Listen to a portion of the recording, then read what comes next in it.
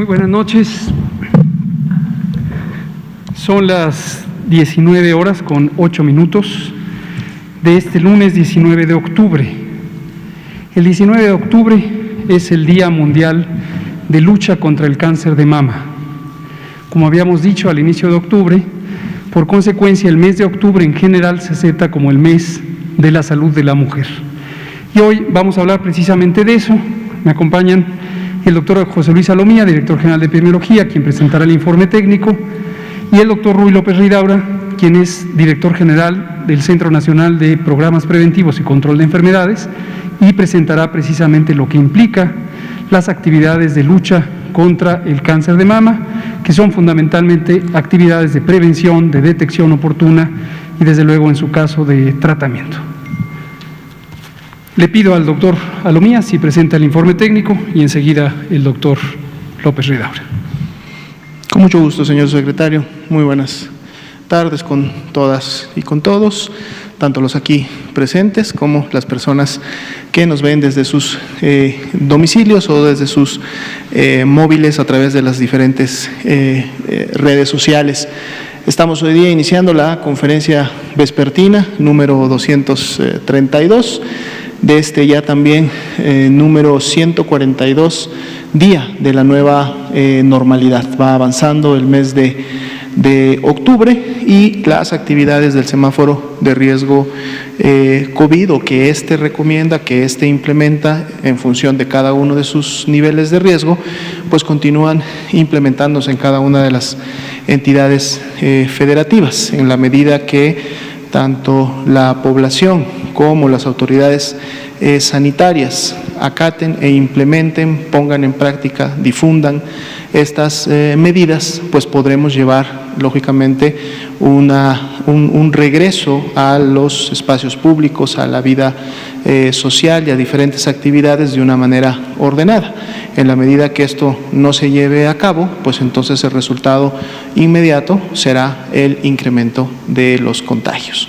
Veamos cómo tenemos para el día de hoy el escenario nacional, nuestra gráfica ya de costumbre, donde ponemos y distribuimos a todas las personas que en un momento determinado han sido clasificadas como casos sospechosos y por lo tanto han sido notificadas al sistema. Están representadas en la totalidad de estas barras, que además se agrupan por semana epidemiológica. Esta es la semana epidemiológica en la cual estas personas iniciaron con signos y síntomas de la enfermedad. Para el día de hoy ya son más de 2.187.000 personas, y a su vez en los diferentes colores podemos ver la clasificación o el momento en el cual se encuentra cada una de estas más de 2.187.000 personas. En las barras de color verde están todas aquellas que ya tuvieron un resultado negativo de su prueba, que hoy día son 1.024.804, por lo tanto se clasificaron como casos descartados de COVID. Así también en las barras de color café claro, que están en la parte inferior, tenemos distribuidas estas 854.926 personas que fueron clasificadas como casos confirmados de COVID-19. La gran mayoría de ellas, y decimos la gran mayoría porque es el 97%, fue mediante un resultado de laboratorio positivo por PCR que identificó el virus SARS-CoV-2, y este otro 3% también fue clasificado como caso confirmado por la vía de la asociación epidemiológica o por la vía de la dictaminación clínico-epidemiológica, cuando fue una defunción que en su momento no tenía un resultado. Y precisamente como un subgrupo de estas 854.926 personas confirmadas son las que lamentablemente hasta el momento de hoy han perdido también la vida a causa de las complicaciones de COVID-19, que al corte suman de manera acumulada 86.338. Ya el día de ayer, que se empezaba a graficar la semana número 41, vimos claramente cómo el porcentaje de positividad se incrementó, de haber cerrado en 38%, haber estado en 38% la semana pasada, abrimos en un 40%, este 40% se mantiene, podemos ver ese ligero incremento entre la semana 40 y 41, y esto a su vez, recordando que este porcentaje de positividad es la media nacional, es decir, es el resultado de todos los porcentajes de positividad en cada una de las 32 entidades federativas.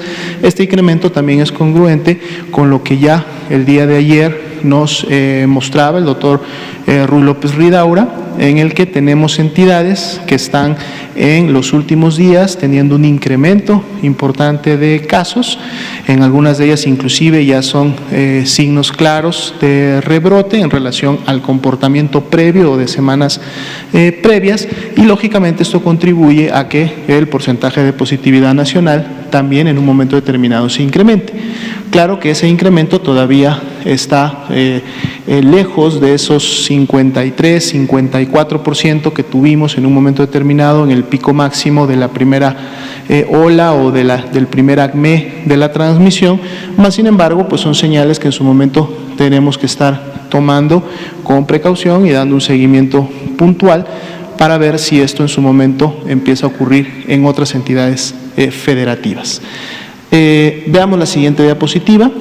Tenemos ahora nuestra gráfica de casos estimados.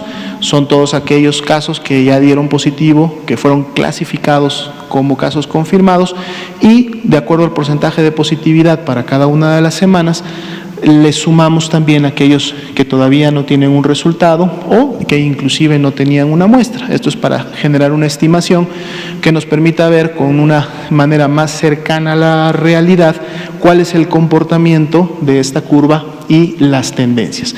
Y precisamente lo que ayer también veíamos en relación al comportamiento de esta curva entre la semana 40 y 41 es que ayer no abrió ya con una disminución como lo veíamos viendo en semanas previas de manera importante, de hecho fue solamente de menos 1%, lo cual para el día de hoy ya se convierte en una meseta, es decir, no hay cambios ni hacia arriba ni hacia abajo. Pero, sin embargo, y como también lo comentaba el doctor López Ridaura ayer, en función de que esto sabemos se va a seguir evolucionando durante la semana, entonces podríamos tener una expectativa que de aquí al sábado realmente el comportamiento de la línea entre la semana 40 y 41 podría terminar teniendo un incremento, y esto nuevamente es congruente con ese incremento que en su momento se está viendo en al menos o hasta el corte del día de hoy en 8 entidades federativas, pero que pudieran también estarse integrando durante la semana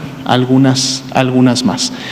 Igual, lógicamente, la tendencia o el cambio de la curva para la semana 42 o 43, que es la que estamos cursando en este momento, pudiera en su momento tener nuevamente un comportamiento al descenso, como lo hemos visto en mesetas previas que ya tuvimos, por ejemplo, entre la semana 33 y 35, pero de esto precisamente depende que las medidas de prevención, que las medidas de mitigación, el distanciamiento social, es decir, la sana distancia y la implementación de los hábitos que nos ayudan a prevenir contagios, pues realmente puedan estarse implementando. 4%, seguimos con este indicador de los casos activos, es decir, la epidemia reciente o la epidemia activa en el país, 4%, representada por un poco más de 40,000 personas que iniciaron con signos y síntomas en los últimos 14 días. Y así también tenemos en el grupo de personas recuperadas que se suman ya más de 623,000 a este grupo que ya se ha recuperado de COVID-19. Veamos la siguiente diapositiva. Ok, si recuerdan, en la diapositiva anterior graficábamos también la línea de defunciones. Sin embargo, por la escala, dado que siempre los casos confirmados y los estimados sobre todo han representado una mayor cantidad en relación a las defunciones, siempre veíamos la línea de defunciones pues prácticamente en una basal o muy pegada al eje horizontal.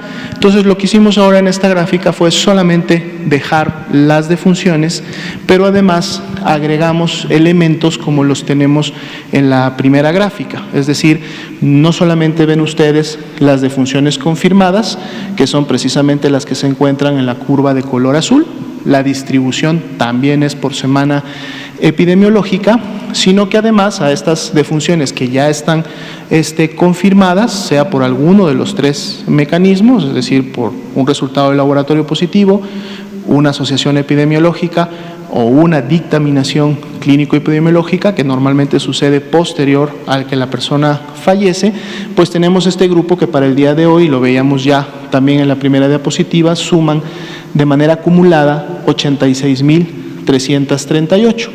Pero así también en este grupo, o como se van presentando las defunciones, así como en la totalidad de los casos, tenemos aquellas que no tienen una muestra, que en su momento no llegaron a poder tener una muestra, y están graficadas precisamente en las barras de color gris, de este color gris claro.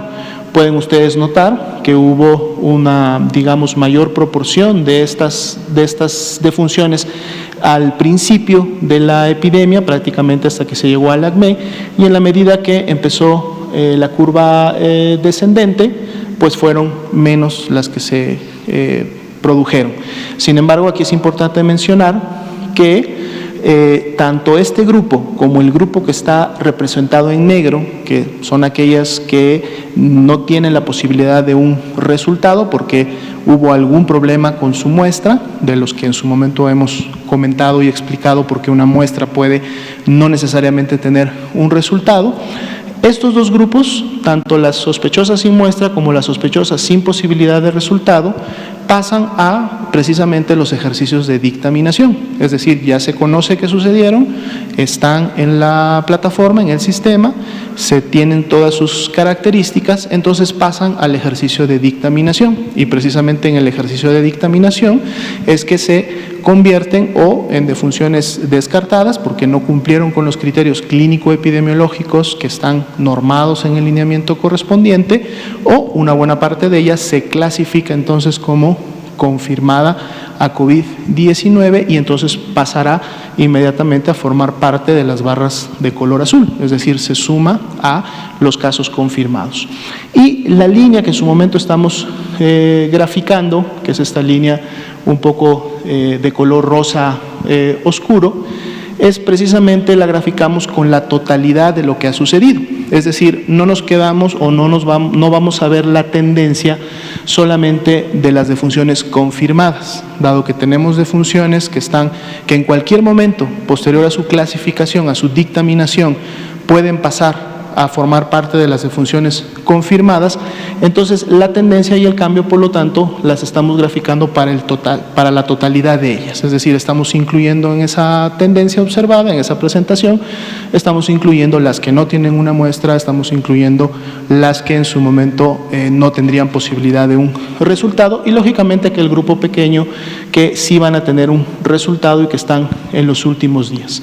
Aquí lo que podemos destacar es que en materia del comportamiento, de cómo se están comportando las defunciones, incluidas aquellas que todavía está pendiente su clasificación final, podemos ver 14 semanas continuas todavía de reducción, ¿no? A diferencia de los casos en donde hemos tenido mesetas, en donde tenemos una meseta y un comportamiento estable en las últimas semanas, aquí tenemos semana tras semana, prácticamente desde la semana 29, por eso hablamos de ya 14 semanas continuas de descenso en la presentación de las defunciones. Y si consideramos el total de estas, no solamente las confirmadas, el total de las defunciones que han sido notificadas, tendríamos una reducción de menos 8% entre la semana 40 y la 41. Tenemos ya también la semana 42 y la 43 en la estadística, pero similar a lo que sucede en las otras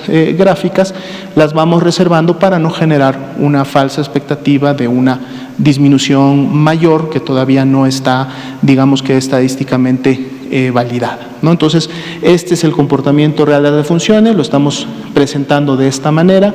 Vienen por fecha de ocurrencia, en otros gráficos o previos también, en algunos momentos se han graficado por fecha de inicio de síntomas. La fecha de ocurrencia es la que lógicamente nos acerca el grupo de defunciones lo más posible al día o a lo más reciente, porque es cuando ocurrieron las mismas. Y bueno, vamos a estar también dando un seguimiento puntual y presentando o actualizando este gráfico para tener mayores elementos informativos y una mejor percepción del comportamiento de las defunciones a través de este gráfico y a partir de ahora. Como pueden ustedes ver, las defunciones confirmadas, que en este momento ya se encuentran con esa clasificación, pues es el mismo número que en su momento presentamos en la primera diapositiva. Veamos las últimas, las siguientes diapositivas. Perdón, una atrás, por favor. Vamos a dejar entonces aquí la actualización de esta noche. Muchas gracias, doctor Eloría. Otro elemento que queremos comentar con ustedes es los resultados preliminares del ensayo Solidaridad. El ensayo Solidaridad es un ensayo clínico controlado que condujo y coordinó la Organización Mundial de la Salud. Si me pasa la siguiente diapositiva.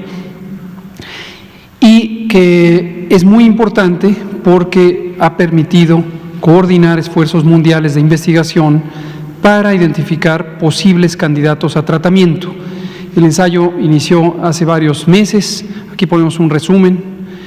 Más de 30 países, 500 hospitales, y se reclutaron a 12,000 personas enfermas de COVID-19. No les abrumo con cada detalle metodológico, pero siguió el principio metodológico de los ensayos clínicos controlados, es decir, sujetos voluntarios que en su momento fueron afectados por SARS-CoV-2, que padecieron COVID, fueron identificados y fueron comparados en dos posibilidades: recibiendo un tratamiento con calidad de potencialmente útil o recibiendo el manejo convencional con los cuidados básicos de COVID. En ambos casos se dio la oportunidad a que las personas eligieran o no participar en el estudio, teniendo información completa sobre las implicaciones del diseño del estudio, los riesgos que podrían enfrentar. Y asimismo, en todos los casos, en las 12,000 personas, se les brindó la atención estándar que en cada uno de los países participantes se requería. Por cierto, México no participó en el ensayo Solidaridad en esta fase inicial. Hubo distintas razones, más de carácter práctico que de otra razón, y en este momento evaluamos la posibilidad de participar en la segunda fase del ensayo Solidaridad sobre vacuna COVID. Pero en la parte de medicamentos no hubo personas mexicanas que participaran en el estudio.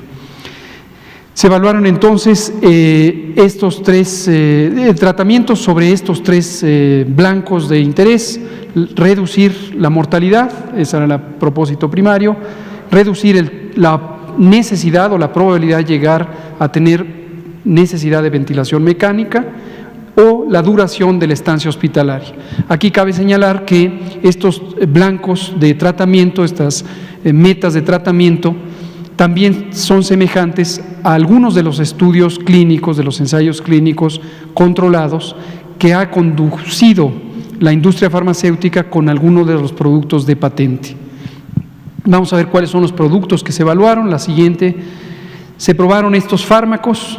Remdesivir, este es un fármaco de patente del laboratorio Gilead, un laboratorio de Estados Unidos. Hidroxicloroquina ya no tiene patente, es un producto bastante antiguo que se utiliza primariamente para otras indicaciones. Es un fármaco que en su diseño original o su descubrimiento o invención original se utilizaba para el paludismo y hoy se usa mayormente como un inmunomodulador en algunas enfermedades autoinmunes. La combinación lopinavir-ritonavir, esta es una combinación farmacéutica que se usa para el tratamiento de VIH, es un antirretroviral, o son dos antirretrovirales de amplio uso en el esquema convencional de uso de antirretrovirales, incluido el de México, se usa esta formulación. Y el interferón, que es un medicamento que se ha usado para el tratamiento de la hepatitis C Hoy ya no se usa porque hoy existe un tratamiento específico contra la hepatitis C. Y este es el resultado fundamental. Los 4 tratamientos, cualquiera de estos que vemos aquí, tuvieron poco o nulo efecto en los desenlaces de interés, en reducir la mortalidad, en acortar la estancia hospitalaria o en disminuir la probabilidad de requerir ventilación mecánica asistida. Y al día de hoy se busca que en la plataforma global se incluyan otros tratamientos y se sigue buscando la posibilidad de tener un tratamiento eficaz, potencialmente efectivo, para el COVID-19, la COVID-19. ¿Por qué lo queremos destacar aquí? Porque a lo largo de todos estos meses es común que aparezcan en los medios de información nacionales e internacionales la idea de que ya se encontró una evidencia científica apropiada que apoye que alguno de estos medicamentos es efectivo para el tratamiento de COVID. En la práctica cotidiana, tanto en el sector privado, pero hemos encontrado la experiencia también en el sector público, en servicios estatales de salud o incluso en instituciones nacionales, que localmente se le recomienda a las familias conseguir alguno de estos fármacos. Algunos son muy baratos y de uso relativamente común, como la hidroxicloroquina, pero los otros no son baratos, son caros, en especial Remdesivir es muy caro y ha sido muy inadecuado que a las familias se les da una receta y se le dice consiga Remdesivir para salvarle la vida a su familiar. Ya en varias semanas atrás vino aquí el doctor Simón Cava, director general de los hospitales federales de referencia, y fue muy enfático en indicar que esto es algo completamente inconveniente, dado que no existía evidencia de la utilidad de estos fármacos para disminuir las situaciones que queremos precisamente prevenir en las personas con COVID-19.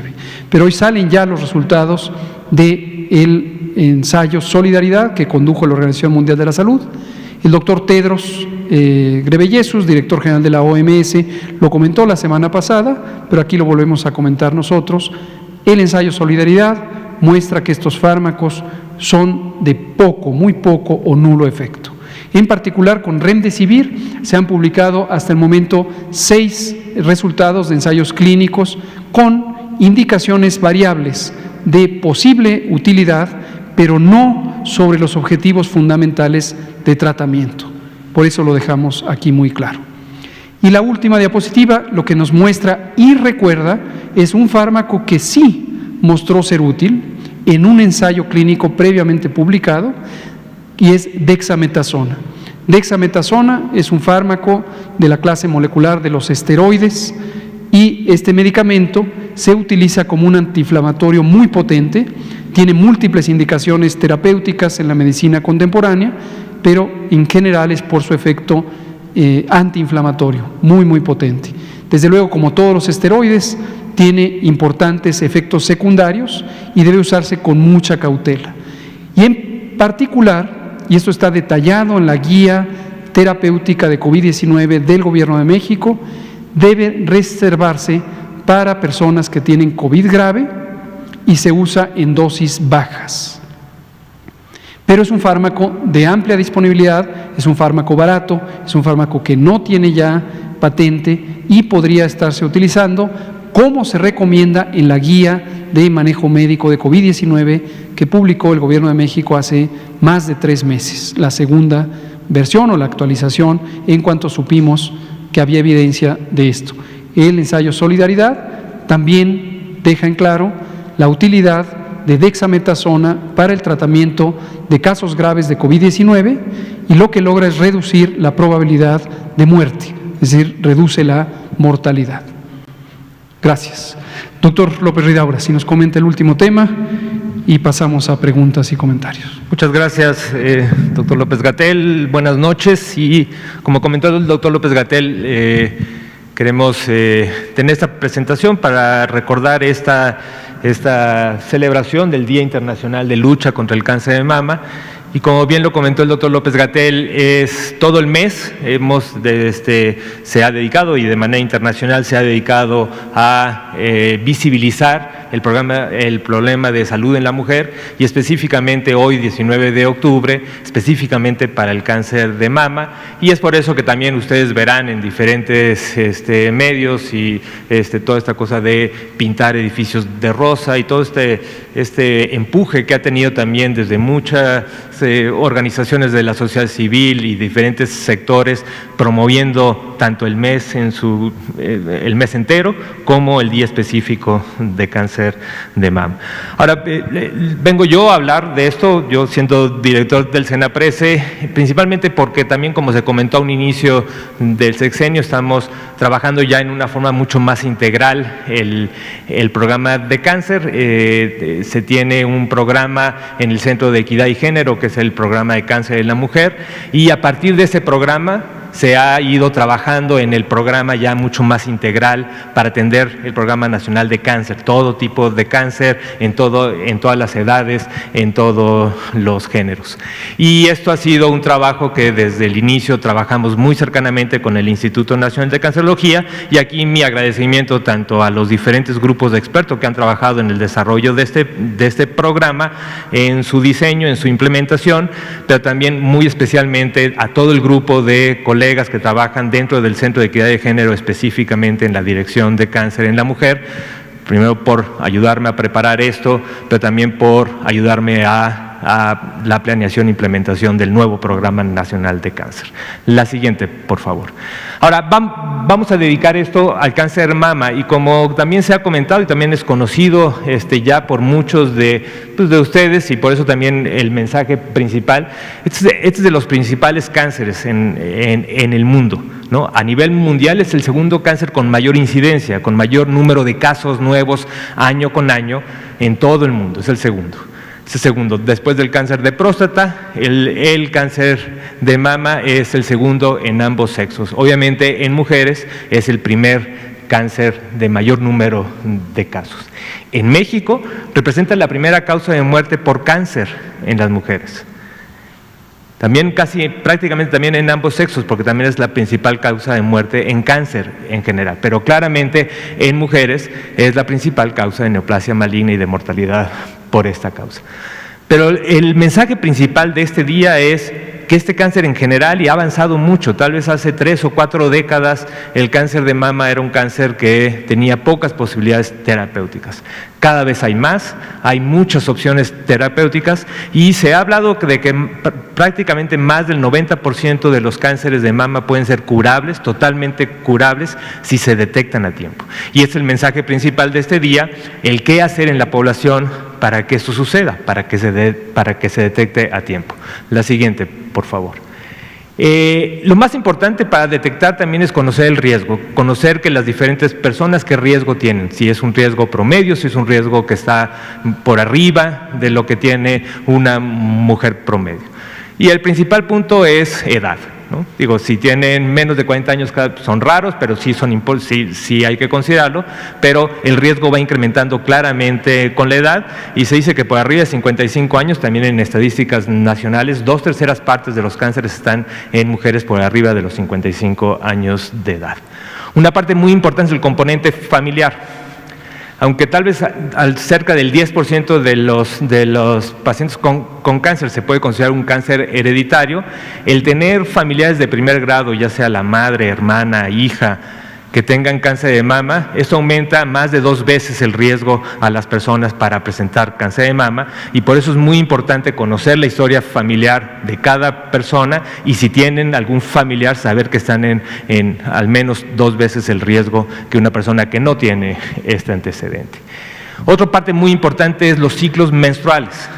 Es decir, que conforme más largo sea el periodo menstrual de una mujer, mayor aumenta el riesgo. Y esto principalmente es ya sea porque son edades tempranas del inicio de la primera menstruación, que se llama menarca, por lo general en edades más tempranas de los 13, 12 años, o edades tardías en el que inicia la menopausia, por arriba de los 53, 54, 55 años. Si se acumulan esos 40 años de ciclos menstruales todos los meses, esos son los que aumenta el riesgo. Conforme más largo sea este periodo, mayor es el riesgo de presentar cáncer de mama. También hay factores de riesgo, y obesidad es uno de los factores y cáncer de mama específicamente. Siempre hemos hablado que obesidad se asocia a varios tipos de cáncer. Posiblemente cáncer de mama, especialmente el que se presenta después de la menopausia, es de los cánceres con más consistencia en la evidencia que se asocia con sobrepeso y obesidad. Y uno de los factores también consistente en gran parte de los estudios ha sido la inactividad física. Por diferentes mecanismos, tanto la obesidad como la inactividad física aumentan el riesgo de cáncer de mama. Y estos son factores de riesgo modificables, muchas veces pues obviamente edad, familiares, aún los ciclos menstruales son poco modificables, pero estos dos últimos, obesidad, que está asociado principalmente con dieta y actividad física, y la misma inactividad física, aumentan el riesgo. Y de los hábitos también, otro de los factores, alcohol, aún en pequeñas cantidades aumenta el riesgo. Entonces también los hábitos de consumo de alcohol aumentan el riesgo, y tabaco se asocia a múltiples cánceres, incluido el cáncer de mama.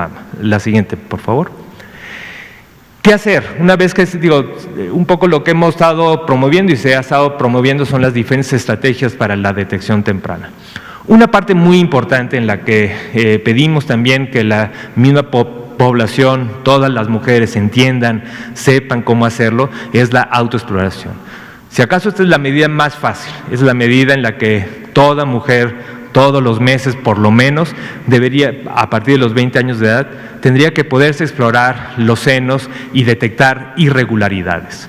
El cáncer de mama es un cáncer que inicia, normalmente empieza con una tumoración pequeña, y si las mujeres conocen bien sus senos pueden detectar perfectamente estas pequeñas tumoraciones que son de los datos tempranos de esto. Entonces, esta es una parte muy importante, y les pedimos y los invitamos también que se acerquen a las diferentes páginas. Tenemos una página en el programa de cáncer de la mujer, también tenemos otra página de Infocáncer en el Instituto Nacional de Cancerología, que explica detalle a detalle de cómo hacer esta autoexploración mamaria. La siguiente, por favor. Una vez que se explora, bueno, ¿qué ver? También hay muchos signos que se han dicho que se sienten. Entonces, que se sientan estas bolitas, endurecimientos, hundimientos, no solamente la tumoración, sino también a veces el mismo cáncer puede hacer que haya una retracción de la piel, entonces hay unos hundimientos que se pueden sentir, y estos son también datos tempranos de una tumoración que se puede detectar tempranamente y por lo tanto ser curable. Desviación del pezón es otro de los signos clásicos, ulceración o engrosamiento de la piel en ciertas zonas de la piel, que se sienta la piel más dura. Se puede no sentir una tumoración, pero sí un engrosamiento de la piel. Secreción de pus o de sangre en el pezón, esto a veces también habla de proliferación de células dentro de la glándula mamaria que pudieran estar ocasionando eso, o realmente cualquier cambio en el tamaño, forma de los senos. Esto es muy importante. Si no se conocen las mujeres los senos, difícilmente van a poder detectar eso. Por eso el llamado de que desde los 20 años de edad, al menos todos los meses, se exploren de forma sistemática los senos para detectar ese tipo de alteraciones. La siguiente. Ahora, una vez también tenemos otras estrategias. Una parte muy importante también es la exploración por un profesional de la salud, y la recomendación es que a partir de los 25 años, cada año un personal de salud entrenado, capacitado, que sepa explorar senos, lo puede hacer también. Y esto también ayuda mucho que lo que no haya detectado la mujer lo pueda detectar el profesional de la salud. Y a partir de los 40 lo que se invita es que al menos cada 2 años en la población, en las mujeres con riesgo promedio, se hagan una mastografía, una mamografía, que es un estudio radiológico de los senos que permite detectar también tempranamente algunos datos de posibilidad de que tenga una tumoración. Y un poco después de estos estudios, lo que es muy importante es que se siga la confirmación diagnóstica. Muchas veces estos estudios pueden salir totalmente negativos, en la gran mayoría de las veces, pero siempre que se detecta alguna alteración, también hay una serie de estudios que hacen que después del estudio se confirme el diagnóstico, y en caso de confirmación se inicie cuanto antes el tratamiento. La siguiente, por favor.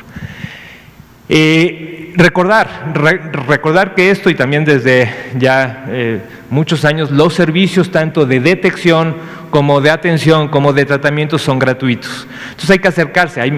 Todas las instituciones del sector salud tienen una capacidad bastante buena sobre el uso y mastógrafos para tomar mamografías, servicios médicos de primer nivel para la exploración mamaria, son gratuitos, hay que acercarse a ellos, y aún en esta época de COVID, donde sí se ha visto una disminución de los tamizajes, es importante recuperar esto y saber que estos servicios están en activo, están trabajando para que se acerquen todas las personas a este tipo de servicios. La siguiente, por favor. Pero sí, esto, además de recordar que los servicios durante la contingencia están en activo y estamos recuperando parte de la brecha que no logramos durante los meses previos, es importante el mensaje de que sí es un cáncer, y siempre la noticia de cáncer puede ser complicada, pero recuerden, el cáncer de mama es curable si se detecta a tiempo. La gran mayoría de las pacientes que tienen cáncer de mama, si se detecta a tiempo, se pueden curar. Entonces, muy importante el mensaje. Los invitamos también a que busquen más información, ya sea dentro de la Secretaría de Salud, el INCAN, como les dije, o también en algunas otras fuentes, y vayan a los servicios de atención para que también les clasifiquen su riesgo, y en todo caso ver si requiere algún estudio de tamizaje y confirmación diagnóstica. Gracias. Muchas gracias, doctor Ruy López Ridaura. Pues este es el tema que hoy queremos destacar, por eso hemos usado colores alusivos, el moño rosa, pero recordar la importancia de la prevención del cáncer de mama. El doctor Ruy López Ridaura, además de estar al frente de este proyecto de integración del Centro de Enfermedades Crónicas, incluido el cáncer, tiene una amplia experiencia. Él fue de los investigadores principales y creadores de uno de los estudios más amplios sobre enfermedad crónica en mujeres, específicamente sobre cáncer de mama y riesgo cardiovascular. El estudio ESMAESTRAS, con más de 100,000 participantes. Este es un estudio que lleva ya varios años, conduce el Instituto Nacional de Salud Pública. Hoy el estudio está a cargo del doctor Martín Layú, y en su momento el doctor Ruy López Ridaura también fue de los fundadores e investigadores de este estudio. Gracias. Vamos a empezar allá con usted, luego de Man Duarte, y nos seguimos por acá. Hola, Carlos Tomasini de Código Libre. Dos preguntas. Una, el viernes veíamos, y ahorita durante el fin de semana también, que hay entidades que están aumentando casos en este momento, y hablábamos de que pues sí es un rebrote y demás. Y también veíamos lo que pasaba en otros lugares del mundo. Estamos ante un inminente rebrote, y de ser así, ¿se puede revertir una tendencia de un posible rebrote? Y la segunda pregunta sería, en este momento en la Cámara de Diputados se está discutiendo un tema para que el IEPS a las bebidas alcohólicas se establezca no con base en el valor como es ahorita, como en el precio, sino con base en la cantidad de alcohol, ¿no? De hecho, es una iniciativa de un diputado de Morena, pero bueno, la discusión entre la Secretaría de Hacienda y demás es que pues esto va a afectar la recaudación, también se habla de salud y demás. La pregunta sería, porque bueno, ¿cuál sería el modelo correcto? ¿La recaudación o el tema de la salud, que bueno, es uno de los más importantes para el actual gobierno? Muchas gracias. Muchas gracias. Sobre la primera pregunta, efectivamente el viernes lo dijimos, lo venimos diciendo desde hace semanas. Quiero recordarle a todos y todas que desde mayo planteamos la posibilidad de que cuando llegáramos a octubre, a pesar de que hubiéramos pasado el punto máximo de la epidemia, que ocurrió en la tercera y cuarta semanas de julio, y que tendríamos descenso en el número diario de casos, hospitalizaciones y defunciones, podríamos llegar al mes de octubre y entonces empezar con un rebrote, un cambio en la tendencia hacia tener más casos. ¿Por qué razón? Por lo que hemos comentado, el mecanismo de transmisión y la presentación clínica del virus SARS-CoV-2, que es causante de COVID, es muy semejante al de la influenza, y sabemos que influenza todos los años, desde hace centenas de años, posiblemente milenios, se presenta en la temporada fría del año. En este momento, como hemos venido comentando en las últimas 2 semanas, y lo comentó a detalle el doctor López Ridaura el sábado y el domingo, tenemos efectivamente 8 entidades federativas que que han cambiado su trayectoria. Trayectoria le llamamos a la tendencia que tiene la curva epidémica, es decir, la ocurrencia de casos en el tiempo. Antes reducíamos en todas las entidades federativas, ya teníamos un patrón de reducción, había 27 que tenían al menos 3 semanas de reducción, y en este momento tenemos solo 20 que han conservado la tendencia de reducción, 8 que están al alza y 4 que están en lo que le llamamos meseta o zona estable. Estas entidades de meseta incluye a la Ciudad de México, incluye al Estado de Jalisco. Las que están al alza, ya las mencionó también ayer el doctor López Ridaura, y podrían cambiar. Entonces, las que están al alza deben ejecutar medidas de control que son las mismas mientras no tengamos vacunas, mientras no tengamos tratamientos o medicamentos profilácticos. Las medidas de control son las mismas, las medidas de salud pública. Y ponemos énfasis en el confinamiento, porque tenemos conocimiento que en algunas de estas entidades federativas se hizo un desconfinamiento muy rápido.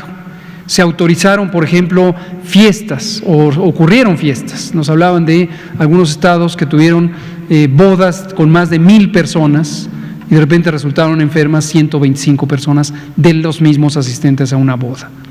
O se abrieron los bares, o se permitieron las congregaciones masivas, o se permitieron festivales. Entonces recordamos, una vez más, que esto es un esfuerzo colaborativo que depende de la sociedad en su conjunto. Cuando se identifica que si la estrategia funcionó o no funcionó, repetimos lo que hemos dicho aquí muchas veces. Una cosa es la estrategia y otra cosa es la implantación de la estrategia. La estrategia del Gobierno de México sigue los parámetros muy semejantes a los que utilizan otros países del mundo, donde los objetivos fundamentales son cortar las cadenas de transmisión a partir de la detección de casos, el estudio de sus contactos, el aislamiento de todos ellos, la mitigación comunitaria, que son medidas masivas. En México la conocimos como Jornada Nacional de Sana Distancia, y les recordamos a todas y todos que esta jornada llevó ese nombre, Jornada Nacional, entre el 23 de marzo y el 30 de mayo, pero no se acabó el 1 de junio. Ha continuado con otra modalidad que hemos explicado aquí, que mencionamos todos los días, que se llama Nueva Normalidad, que consiste en una velocidad diferenciada entre las entidades federativas sobre el desconfinamiento, la apertura. Recordarán que partimos de todo en rojo, toda la República estaba en semáforo rojo, eran las restricciones mayores, eran idénticas a las que tuvimos con la Jornada Nacional, y tardamos entre 2 a 3 semanas en que aparecieran los semáforos naranja. Y entonces algunas entidades federativas que mostraban ya una tendencia de reducción empezaron a desconfinar, con una guía que es completamente conocida por el público, se publicó en el diario oficial de la Federación, y que los y las gobernadoras, las mandatarios y mandatarias estatales han podido seguir de manera directa.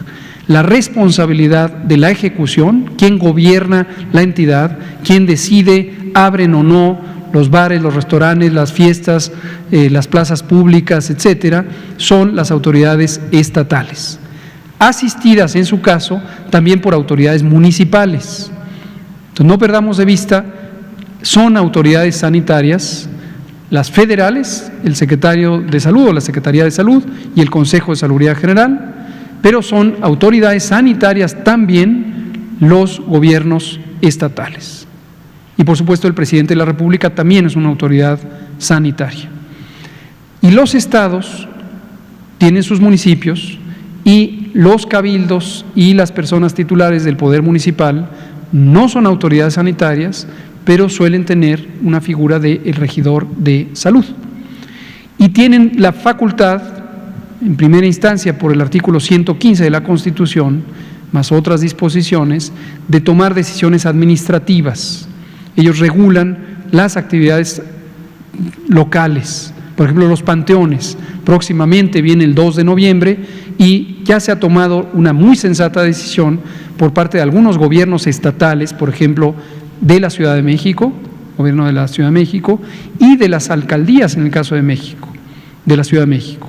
Lo mismo podría ocurrir con los municipios, son quienes están facultados para tomar decisiones de no abrir los panteones o tener modalidades de mínimo contacto.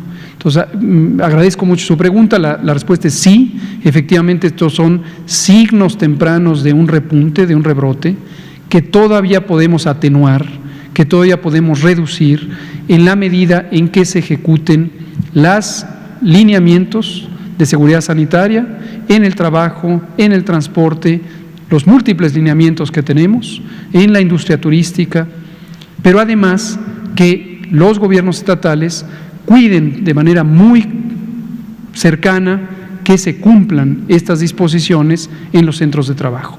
También identificamos periódicamente, a partir de inspecciones que hace la Secretaría del Trabajo, múltiples empresas que no tienen los protocolos de seguridad sanitaria implantados. Entonces, hacemos un llamado a la sociedad a tener presente lo que estamos diciendo en este momento.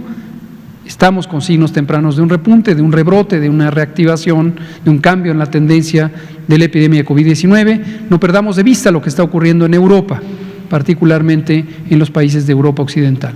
¿Podríamos tener la misma situación? Sí. ¿Lo podemos atenuar o reducir el riesgo o reducir la intensidad de esa transmisión? También. Muchas gracias. Y sobre el impuesto, le doy un concepto más general que hemos comentado aquí. El uso de impuestos a ciertos productos como parte de una política pública de disminución de riesgos se ha usado por muchos años en varios campos. Uno de ellos es la salud, y por eso a veces se les llama los impuestos saludables. Formalmente, en términos fiscales, en México se llaman impuestos especiales a productos y servicios, IEPS. No son exclusivos del propósito de salud, pero los que son con un propósito de salud están incluidos en términos fiscales en los IEPS. También se les conoce en la teoría económica como impuestos piguvianos por Pigou, un economista del siglo XIX que describió este fenómeno, que consiste en lo siguiente: si aumenta el precio de un producto, es menos deseable por las personas que lo van a consumir. Entonces, al aumentar el precio, hay una disminución del consumo, y una de las maneras de aumentar el precio por acción del gobierno es imponiendo un impuesto. Necesariamente el que produce el producto, el que produce el bien, si se trata de un bien producido por una entidad privada, puede incorporar el costo del impuesto y mantener el precio, pero más probablemente tendrá que subir el precio. Si el producto es un bien, es un producto que hace además algo benéfico, la vestimenta, los alimentos saludables, etcétera, la casa, transporte, pues causa un efecto indeseable porque obviamente sube el precio de algo positivo. Pero el planteamiento de Pigou precisamente es en ciertos productos que no son necesarios para la vida humana, pero pueden causar daños, y los clásicos son tabaco y alcohol, es conveniente usar esta medida fiscal de reducción del consumo a través de aumento del costo. En México, en 2014, se estableció un impuesto especial a productos y servicios para las bebidas azucaradas. El Instituto de Salud Pública, por cierto, fue quien desarrolló toda la parte teórica del diseño de este impuesto y después hizo la evaluación. La doctora Arantxa Colchero ha sido una de las partícipes en esto, y lo que se ha visto es que logró en los primeros pocos años una reducción de 7% en los primeros 2 años, con una reducción original de 12%. Y aquí hemos dado a conocer que las bebidas azucaradas contribuyen con 43,000 muertes por año, en una forma mediada por las enfermedades crónicas no transmisibles que producen. El tabaco, del que hemos hablado aquí también, produce otro tanto, 8 millones de muertes mundiales, más de 100,000 en México, etcétera. Entonces, en general, desde un punto de vista técnico, teórico, de salud pública, nos parece muy conveniente el uso de medidas fiscales para disminuir los riesgos de la salud. Tiene otro tipo de implicaciones sobre la política fiscal, a los que no me puedo pronunciar por no ser ni la parte competente ni una persona especialista en ese campo. Pero consideramos desde el punto de vista de salud pública que es algo que definitivamente hay una evidencia muy sustancial de que funciona. Muchas gracias. Vamos a darle la palabra aquí a usted, porque nos queda poquito tiempo, nos quedan 3 minutos. Gracias, Reinaide Ramírez, pie de página. Mencionaban sobre la lepra, ¿qué tan grave es esta situación y qué tiene que hacer la gente en sus casas ante pues no sé si llamarle rebrote o cómo se le puede llamar, estos 89 casos que se han registrado? ¿Qué tan grave es esta enfermedad para los mexicanos? Sí, en general le quiero proponer lo siguiente. Dado que esto ha sido de interés público recientemente en los medios de comunicación, nos interesaría traer un paquete de información, así como hacemos con los distintos temas, sobre el Programa Nacional de Control de las Micobacteriosis, que incluye la prevención y el control de lepra, o el control de lepra, no tanto la prevención, y la tuberculosis. Hace unos pocos días vino la doctora Fátima Luna a hablar sobre tuberculosis y ya quedamos que puede venir también a hablar de lepra. Ahora, en términos generales, le puedo decir, lo que ha salido en las noticias se presenta como si fuera una enfermedad nueva o como un rebrote o brote o como una enfermedad fuera de control, y no lo es.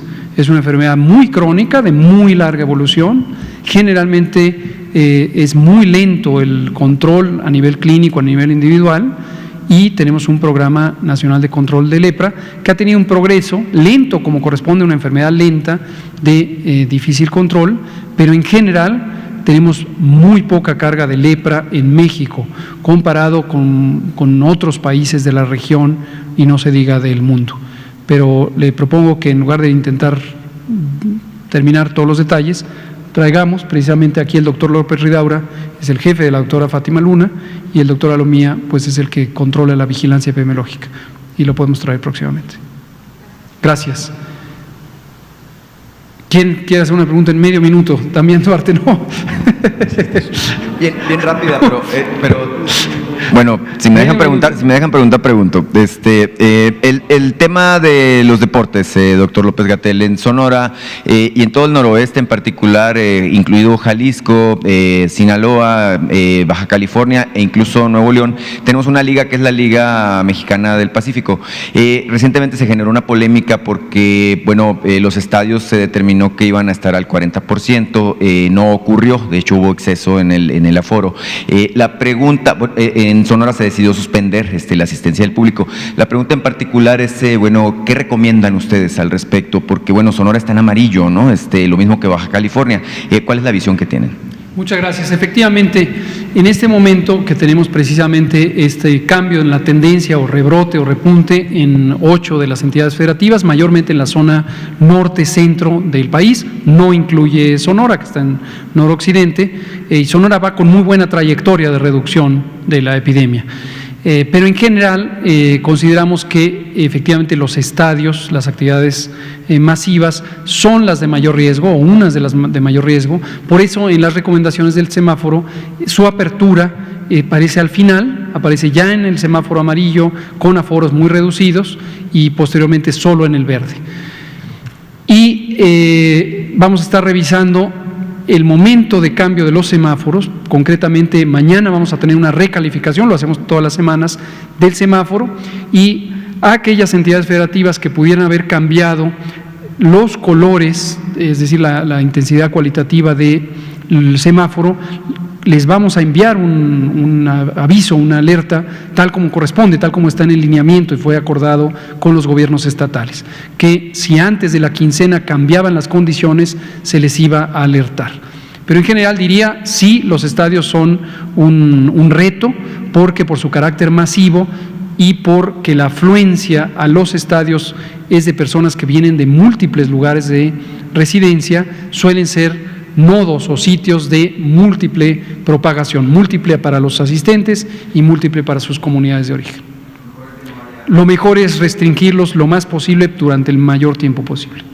Muchas gracias. Aquí terminamos, son las 20 horas con 1 minuto y nos vemos mañana, y no olviden la prevención del cáncer de mama. Muchas gracias.